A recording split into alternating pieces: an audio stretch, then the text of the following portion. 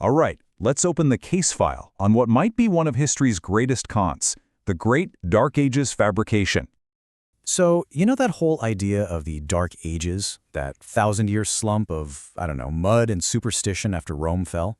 What if I told you it was all just the most successful marketing campaign in human history? Because really, that's exactly what it is.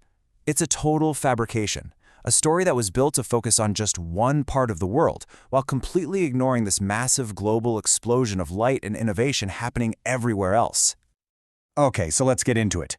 You want to dismantle a lie? You need evidence. And believe me, the evidence from this period it's just overwhelming. See, while Europe was, going through a bit of a regional slowdown, the rest of the world, they were smack in the middle of a golden age.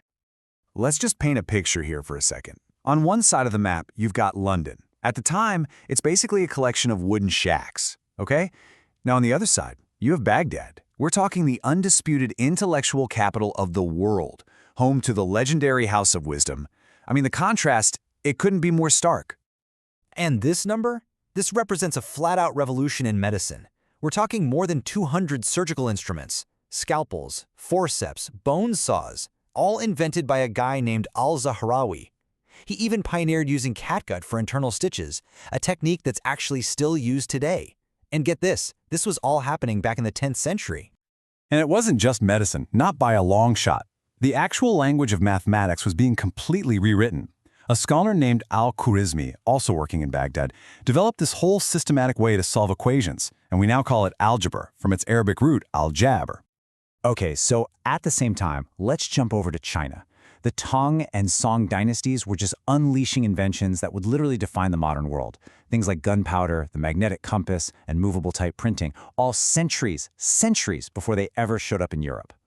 And this progress wasn't just confined to the old world, Let's go across the Atlantic. The Mayan civilization was at its absolute peak. Their astronomers created calendars that were so mind-blowingly precise, they calculated the solar year more accurately than Europe would for centuries to come. It's just incredible. So when you lay all of this out on a timeline, the picture becomes, well, it's undeniable. You have the Islamic Golden Age, you've got China's innovative dynasties, the peak of Mayan culture. They're all thriving, all at the same time. The idea of some kind of global dark age just completely falls apart. It's a local story, not a worldwide one. So here it is, laid out on our detective wall. You look at any key field, math, medicine, technology, astronomy, and the evidence all points to the same conclusion. While Europe was kind of playing catch-up, the rest of the world was making these revolutionary leaps forward. The world was not dark. Okay, so this leads us to the big question, right? The central mystery of this whole investigation. If the world was flourishing, where on earth did this incredibly persistent lie of a dark age even come from? Who cooked it up and why? All right, it's time to unmask the culprit. And what we find, it isn't some simple mistake or misunderstanding. No, this was a deliberate case of historical branding.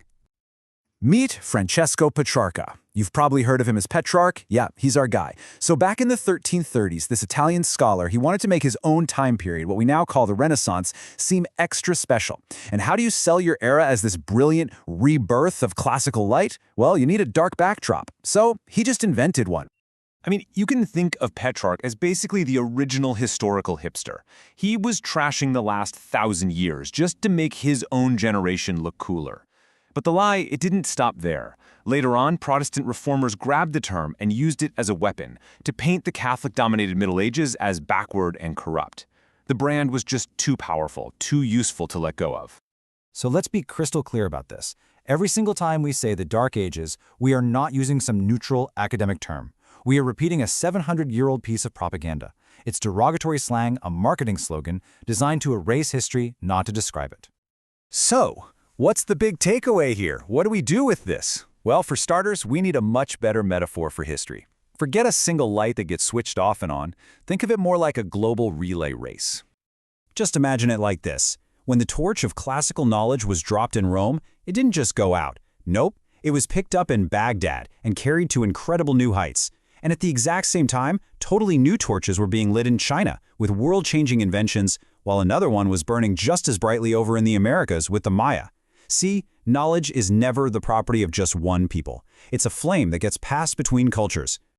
And that really brings us to the final conclusion of this whole case. The Dark Ages were only dark if you made the choice to stare at one tiny corner of the map and just refused to look at the rest of it. You know, the story of the Dark Ages is such a powerful reminder that history is so often written by the people who call themselves the winners. And that forces us to ask a really crucial question for our own time. Who's writing our history right now? And what parts of the map are they telling us not to look at?